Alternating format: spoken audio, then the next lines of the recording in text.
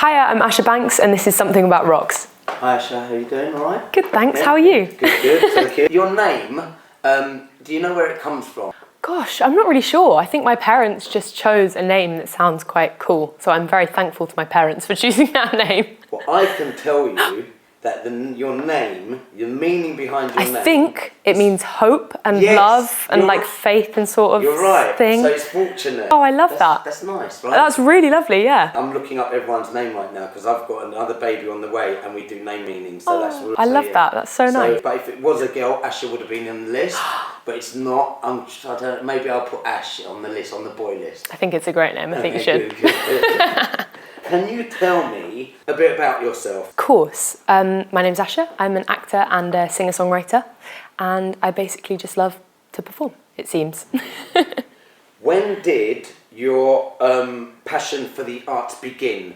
My passion for the arts started before I can really remember, I think. I can't really remember a world where I wasn't performing and didn't love all the arts and everything involved in it. I think singing must have come first.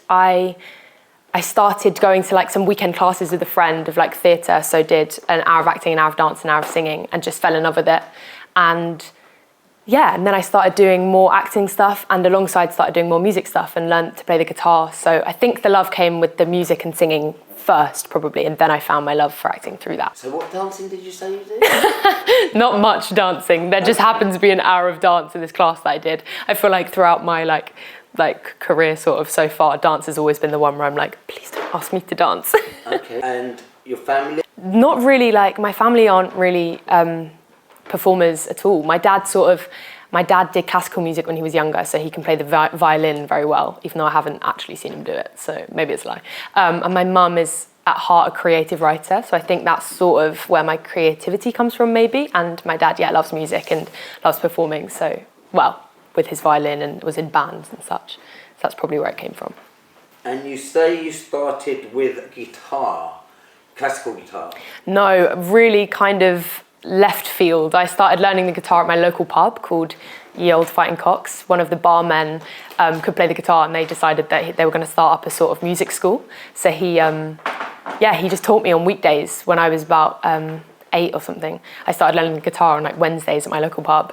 And then we started doing open mic nights that they had on a Friday, and me and Martin, who's now the manager of the pub, would open the open mic nights and play a few songs. And they're basically just his favourite songs. So it was like Oasis and Joan Jett and Amy Winehouse. So I've never learnt music theory really. It's just been sort of songs that I love. You're getting used to performing in front of a crowd. Yeah, absolutely. I think it was really pivotal in my music journey, I think, because I was doing theatre with my acting at the sort of same time. I think I was doing Les Mis around the same time as I was kind of doing these open mic nights, but it's completely different audiences, obviously my local pub versus like a West End theatre, which is very, very lucky to do both of them as well. Where's your inspirations come from? Who would you say inspires you? I think the people that inspire me the most are definitely my parents, both of them.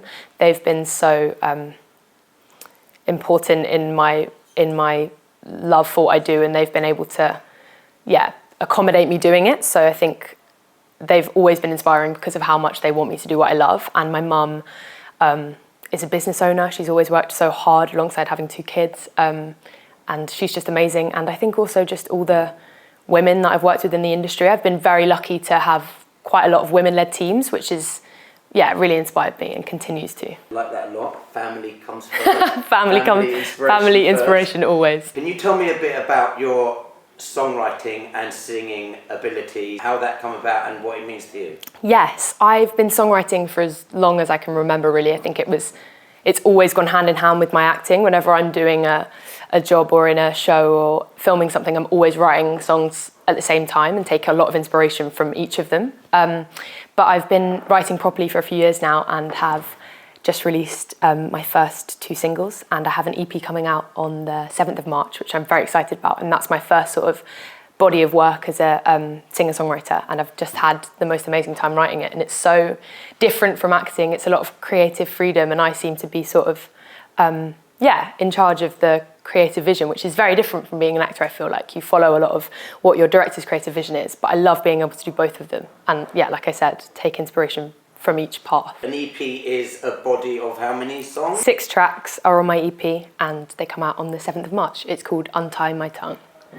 How did you write 6 songs? So I started writing my EP actually just after I finished filming My Fault London. I started writing almost immediately after, and they're all written with different people, and I went in with a lot of ideas, I think, from filming and like having been around lots of people that kind of inspired me to write the songs that I did.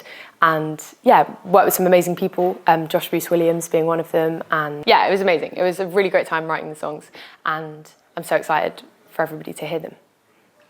What music would you say it is similar to? Like, have you got like any heroes, music heroes? Yeah, I grew up listening to a lot of Joni Mitchell and Norah Jones, because that's sort of what my mum loved and was always playing in the house. I think I've taken a lot of inspiration from those artists.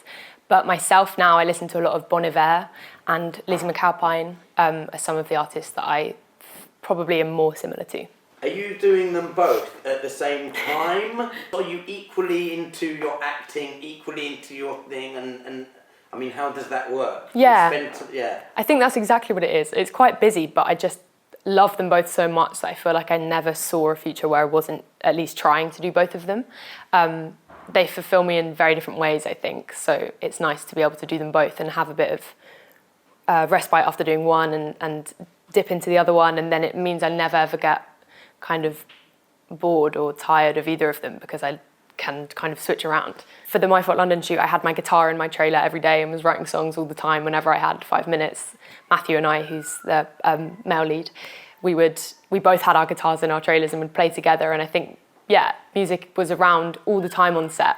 And we were listening to the Noah Khan album the whole time whilst filming. And I think that's really influenced the sound of my EP as well, because it's what I came out to write. What's the different buzz of like being on a film set and the buzz of being in the pub or on a stage and singing to loads of people? Is it the same? Can you explain to me the different buzzes you get? And stuff? Yeah, I guess the buzzes are quite different, but they do overlap. I think the theatre buzz, I guess, is quite similar to the live performance aspect of doing music, but filming almost feels more similar to writing the music and being in the studio, because it's kind of the product, the process versus the product, I guess, is the difference. But with music, it really inspires me because it's my own and I've written it myself. And I think the writing aspect of music is what I probably love the most, because it's, completely different creatively, because it's my brain, I guess. But with acting, I love working with other people and performing alongside someone. It's quite scary performing on my own when I do music, but with acting, you're often with somebody else, a scene partner, so that's really nice. How did we get to My Fault London? How did we get to My Fault London? Yes. I auditioned for My Fault shortly after I just wrapped filming on A Good Girl's Guide to Murder, which is a TV show that I did just before. And it was... Can we just quickly go, A Good Girl Guides to Murder? Yes. That done really well, right? Yes, I think so. It did. So this is off the back of the success of that. Really. Yeah, definitely. How did that, Yeah, definitely. So after Good Girls, I had my audition for My Fault, and I think I felt, a kind of confidence going into it because I'd just been filming, so I felt like, I think I know how to do this. So I went into the audition and I had a few rounds for My Fault. I did a self-tape first and then had a Zoom with the casting director. And then when I met the directors, I was desperate to do the job because it's 2 amazing young women called Danny Girdwood and Charlotte Fassler, who are just incredible. And as soon as I met them, I would have begged to do the job because I love them both so much and they're so amazing at what they do. And it was their first feature film as well, which was exciting on set because I think a lot of us were really motivated to make it, to put as much work into it as we could, because we were also, excited about it. But I couldn't wait to start My Fault. It's my first leading part, so that was something that was different. And it was a bit nerve-wracking at first, I guess. I felt a bit of pressure, but because of the amazing people, like I say, the directors, and I was very lucky that Matthew Broome was cast alongside me. And we're all a team. Everyone helps each other on the set. They do, they really do. I really felt that on My Fault especially because it was quite a lot of our biggest thing yet, I guess. So we all really had to hold each other's hand and help each other through it. And I think, we were very lucky in the team that we had, that we were all motivated and loved each other a lot. Cool. How long was the shoot for and where was it? The shoot was 9 weeks long. We had our first 2 weeks in Tenerife, which was a dream, in January, so it was lovely to get away from the freezing cold London. But then after the first 2 weeks, we were back in the freezing cold London and did the rest of the shoot, in and around London. Now tell me about My Fault London, a little bit about the film and who your character is in the film, please. Sure. My Fault London is on a Prime Video original movie based on the book Culpa Mia by Mercedes Ron, and it's following on from Culpa Mia, which was a very successful Prime Spanish movie. And our version is My Fault London, so it's set in London, and I play Noah, who is the lead character, who moves from Florida to London with her mum when her mum marries this British billionaire. And upon arrival, I meet his son, Nick, and Nick and Noah have a very confusing journey during the film, but it's a romance and it has racing and fights and quite a bit of action, which was so much fun to film, but yeah, I'm very excited for it. What did you expect you'd be doing today? Oh my gosh. Wearing a lot of amazing clothes, feeling very lucky, and having some jewellery that I'm scared to damage on me. Tell me what your fashion style and sense and stuff. I absolutely love jewellery. I think it's possibly my favourite part of an outfit. I always feel so lost if I leave the house without my rings.